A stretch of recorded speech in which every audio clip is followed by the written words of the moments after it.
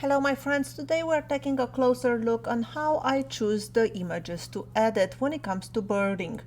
If you're like me, you might go out and come back with thousands of images of the same bird, but then you're going through the images and how do you choose which one is a good enough image to edit? Well, here's what I'm looking for. One, let's look at this cardinal for example. If I have an image, obviously that is something like this and it's abstracted that you can't even see the bird, that's an automatic no for me. It can go straight into the garbage as far as I'm concerned. Also, if you have an image where you're missing a little bit of the bird, like I'm missing a little bit of the tail here, that is also a no for me.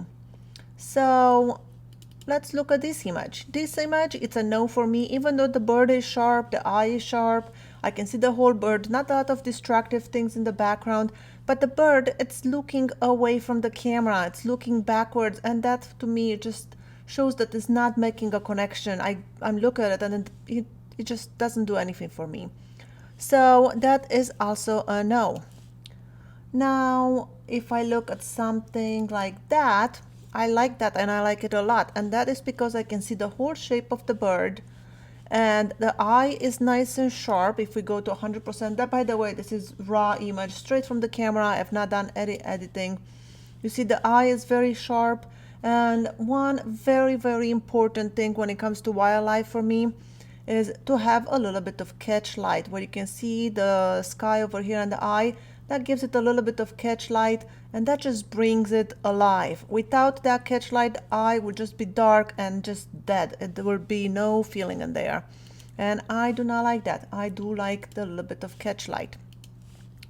Let's see some other examples from the other day I had here. You see an image like this, even though it's beautiful background, blurry background, I'm on 100%. The bird is not looking at the camera, it's looking backwards, and this kind of image, it's garbage as well because we can't even see the bird's face.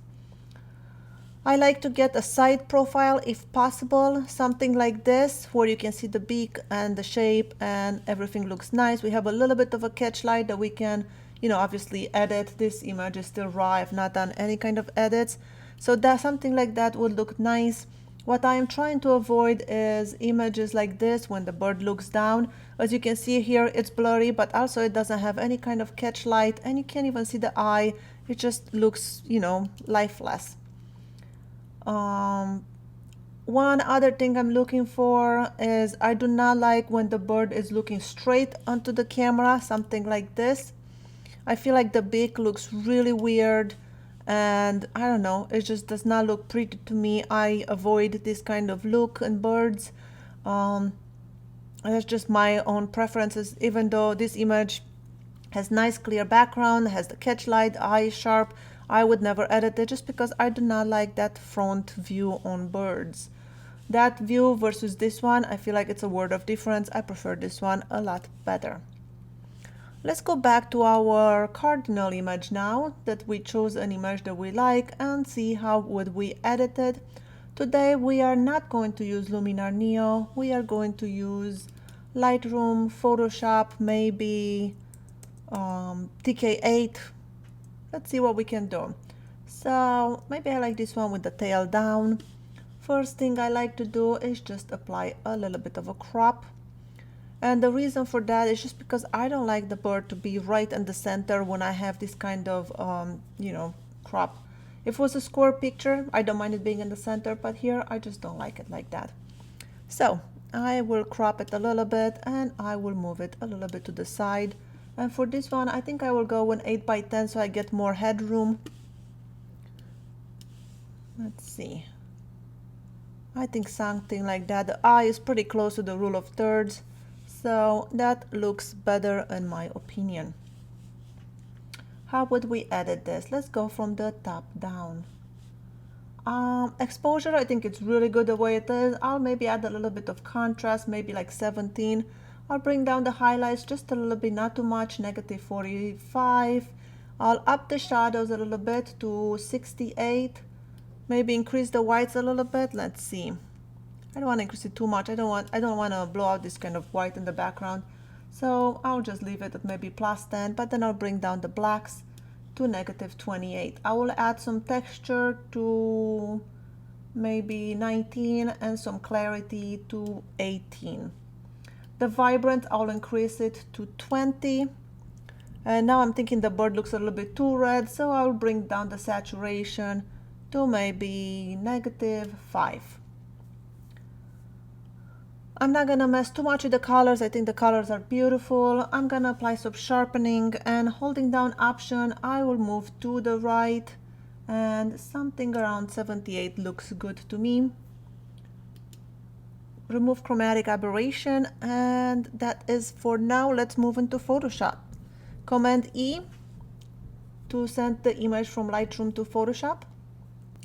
And now we have our image in Photoshop. The first thing I like to do is to Command J to duplicate my layer. And then I do want to send this image into Topaz Denoise just to remove the noise. I do this with every wildlife image because most of my wildlife images are not taken at ISO 100. I try not to go too high, but sometimes I do end up with ISO 500 to 1000 or who knows what. Let's see what this one was taken at. I didn't look at what I shot it with. So I shot this image with a Sony A1 200 to 600 millimeter lens. I had 250 of a second, shutter speed f6.3, and the ISO was 1000. So we are in Topaz Denoise, and let's see, I'm going to zoom in at 200% because I want you guys to see the difference. I can see it, but for you it might be a little bit harder to see with the compression on YouTube. This is our noisy image. This is the after it's been processed. You see this removes a lot of the noise, and we are not losing any detail on the bird. And I like to keep mine on standard, remove noise and enhance sharpness at 15, and I will apply this. Now that the noise has been removed, I do want to deal with this branch over here that I think is just unnecessary. It doesn't do anything for my picture. It just kind of distracts from it. So how do we get rid of that? In order to remove this branch, I will use the content aware tool. So I'll go to my lasso tool. I am going to, Command D, sorry, that was not the lasso tool. I'm going to go to my lasso tool, make a selection around this, and then Shift Delete to bring the fill, and I will choose content aware fill, click OK. Photoshop will do its best to fill in with the surrounding areas, and it did okay, but not so great. So we'll do this again. Shift Delete, content aware. You might have to do this a few times. You might have to use the clone stamp tool. I'll just do this a couple of times, and then we'll move on to a different tool if this doesn't work. So it looks like we might have to use a different tool. I will use the patch tool. And with the patch tool, I will just sample from different portions. And don't worry if it's not perfect, we will use one extra tool to really tidy things up. So Command D to deselect, and that did all right. Not great, but all right. One other thing it bothers me is these lines over here on the right. That is just some faraway trees that were in the background. But we will take care of that next. Now, with my quick selection tool, I will just select the subject, and it's gonna do a selection. It's not perfect, but it's good enough, and I'm just going to extend because he missed this branch. I'm not gonna refine it. I'm not gonna do anything to it. I'm just going to basically go Command J to put it on its own layer. And now we have, you see, the cardinal with the branch on its own layer. It's not the perfect selection, but that's okay because I'm just using it to smooth these lines behind it. And the way I like to do that, it's by using, I could just do a Gaussian blur and blur the background, but I don't want to do that. What I want to do is just use the mixer brush.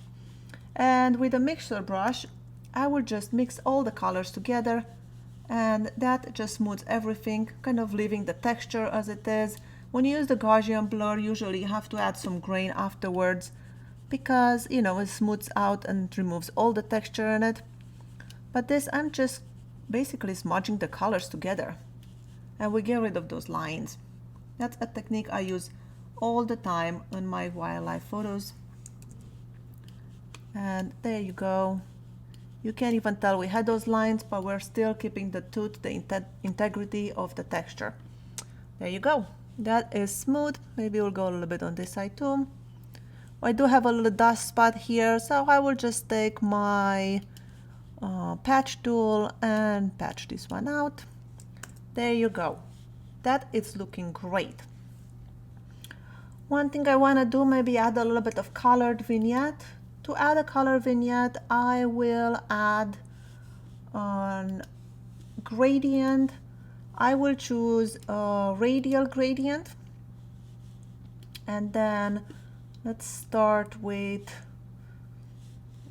let's see, we want to pick a darker green. So I will choose a dark green. That is too much towards blue. Make it darker. Maybe something like that, maybe even darker. That looks good. And then I will reverse it. Click OK first. I will reverse it, so we have the transparent in the middle and then the green on the edges. And I will close it, and now if I double click on it, I can move it around. So I want kind of something like that.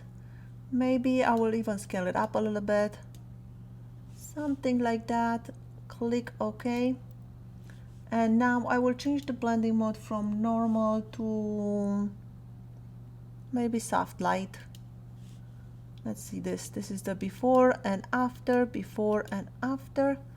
And that looks good to me. I can erase now with a brush. B for the brush with black. I'll kind of erase it from the bird and the center. Nice soft brush. And I'll just paint it like this. Just leave it on the edges. And that is our before and after the green vignette. And I think that just brings things more together and it makes it look nicer. And now that our cardinal looks beautiful, I am going to flatten the image. I'm going to use the TK8, the flatten shortcut. If you do not have TK8, the way you would do it, you right click on your layer and go flatten image. And now that our image is done, I will just go to File and Close, and that will save it into Lightroom. So as we go back into Lightroom, there is our image all edited.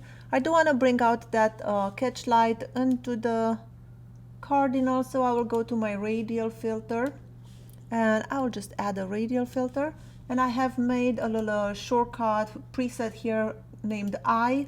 It's nothing fancy, it's just I increase a little bit of the exposure, increase the whites a little bit. I'm going to increase them even more, maybe to 15, and then bring down a little bit the blacks just to bring some contrast into it. The whites are whiter, and that just helps bring out the eye, make it a little bit sharper. And our image is looking pretty good. And that is it for our edit for today. Thank you so much for watching. My name is Skyler Ewing. I will see you in my next video.